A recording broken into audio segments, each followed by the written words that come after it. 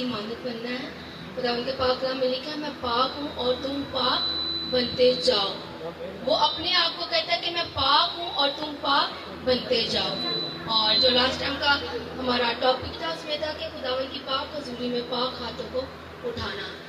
मेरे अजीजों, बहुत ही ये खूबसूरत बात है, खुदावंद के हजूर पाक हाथों को हम कैसे उठा सकते हैं। सिंपल पानी से वॉश करके हम खुदावंद के हजूरी में पाक साफ होके आ जाते हैं? बिल्कुल नहीं।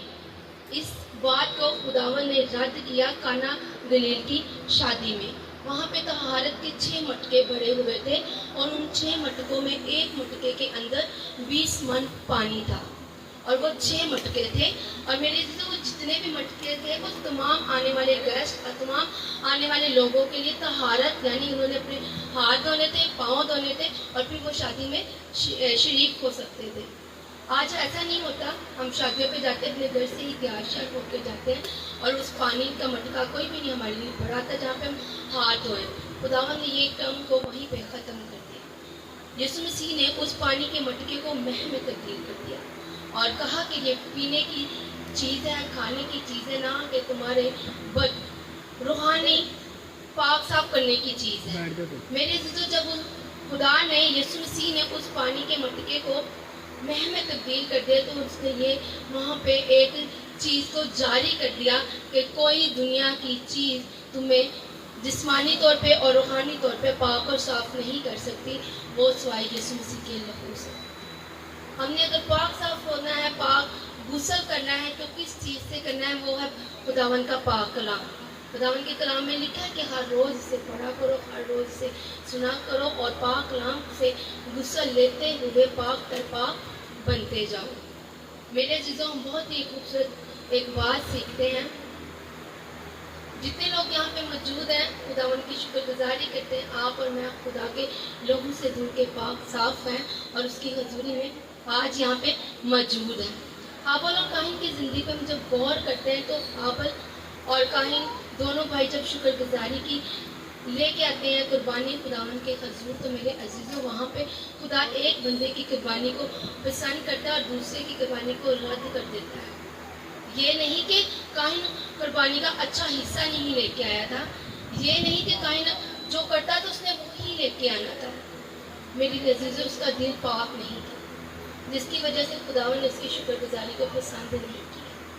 अगर आप भी खुदावंद की हजूरी में आते हैं तो फिर पाक और साफ होके आए, पानी से नहीं नहा के, यीशु के लहू से नहा के, यीशु के पाक कलाम की अपनी ज़िंदगी में अमली जामा पहनाते हुए पाक और साफ होके खुदावंद की हजूरी में।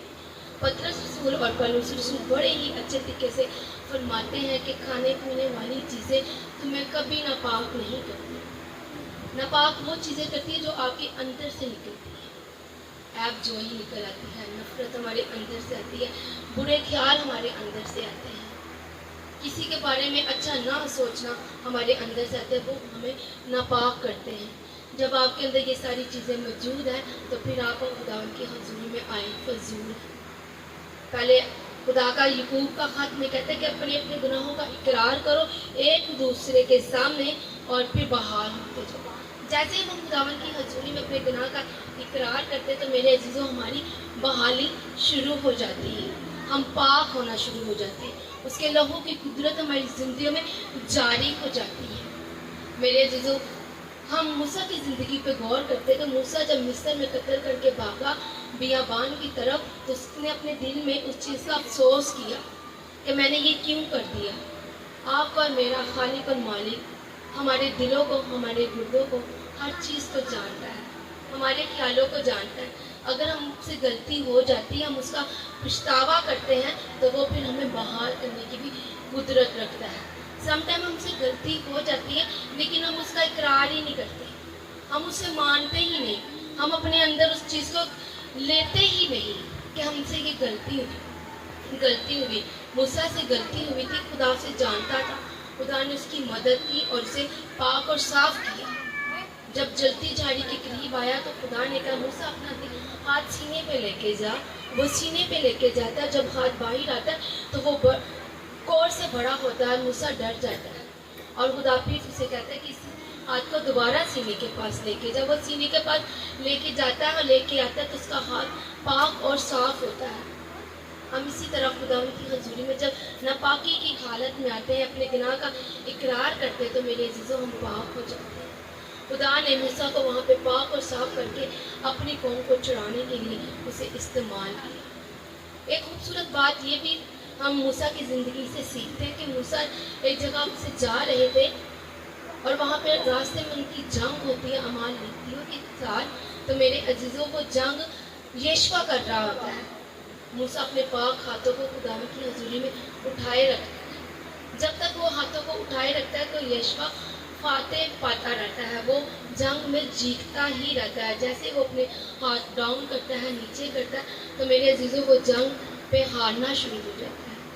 اس کی بات سے ہمیں ایک خوبصورت لیسن یہ سیکھنے کو ملتا ہے، دن اور رات خداوند کی حضوری میں پاک ہاتھوں کو اٹھائے رکھنا ہے۔ اگر آپ اپنے خاندانوں کی بحالی چاہتے ہیں، اگر آپ اپنی جنگ کو جیتنا چاہتے ہیں اپنے اس کے خلاف، اگر آپ بے روزگاری سے نجات پانا چاہتے ہیں، بے اولادی سے نجات پانا چاہتے ہیں، تو خداوند کے حضور ہر روز اپنے پاک ہاتھوں کو اٹھایا کریں۔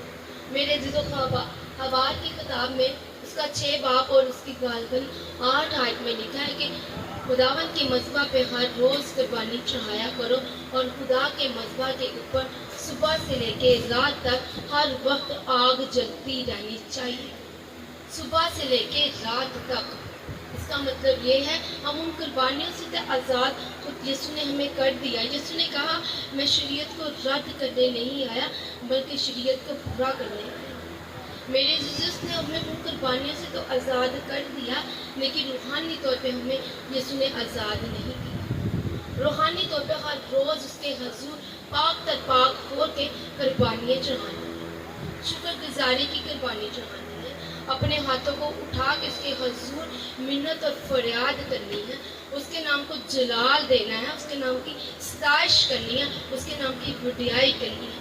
جب آپ صبح سے لے کے شام تک اس کی حضوری میں رہیں گے تو میرا ایمان ہے کہ ابلیس کی تمام تاثیریں آپ کی زندگی سے دور رہیں گی۔ پھر آپ کو کوئی ایسی چیز ناپاک کرنے کے لیے آپ کے قریب آئے ہی نہیں۔ جب آپ خداوند کی حضوری سے نکل جاتے ہیں میرے عزیزوں، پھر آپ کی زندگی میں ابلیس کی تاثیروں کا کام شروع ہوتا ہے۔ پھر وہ آپ کو ناپاک کرتی ہیں، برے برے خیال آپ کی زندگی میں لے کے آتی ہیں، برے برے منصوبے آپ کے ذہن میں آتے ہیں۔ لیکن جب آپ ہمیشہ پاک صاف رہنا چاہتے ہیں تو اس کی حضوری میں ہمیشہ دعائیں اٹھاتے رہے، اس کے نام کو جلال دیتے رہے، ہر وقت زبور پڑھتے رہے۔ بہت سے لوگ ہیں جو کلام کو نہیں پڑھ سکتے لیکن وہ زبور گاتے رہے۔ زبور بھی خدا کا کلام ہے۔ داؤد کہتا ہے کہ تیرے کلام کو میں نے اپنے دل میں رکھ لیا ہے تاکہ میں تیرے خلاف گناہ نہ کر سکوں۔ جب وہ خدا کے خلاف گناہ نہیں کرے گا تو میرے عزیزوں وہ پاک ہی رہے گا۔ جب آپ زبور گائیں گے تو خدا کا کلام کبھی بھی بے تاثیر نہیں لوٹتا، وہ آپ کی زندگیوں پہ اثر کرتا ہے، آپ کو پاک در پاک بنایا جاتا ہے، بنانے کی قدرت رکھتے ہیں۔ بہت سے لوگ کہتے ہیں کہ بائبل مقدس تبدیل ہو گئی ہے، لیکن ان لوگوں کو اتنا احساس نہیں ہے، وہ ڈرتے ہیں اس بائبل کو پڑھنے کے لیے۔ جب وہ اس بائبل کو پڑھیں گے تو وہ خود تبدیل ہو جائیں گے۔ ہاللیلویا! اس پاک کلام کی ایسی قدرت ہے۔ اگر آپ نے اپنے آپ کو پاک صاف کرنے تو اس پاک کلام کی سے ہر روز غسل لیا کریں تاکہ آپ خداوند کی حضوری میں پاک ہاتھوں کو اٹھاتے ہوئے اس کے مذبح کے اوپر پاک قربانی کو چڑھا سکیں۔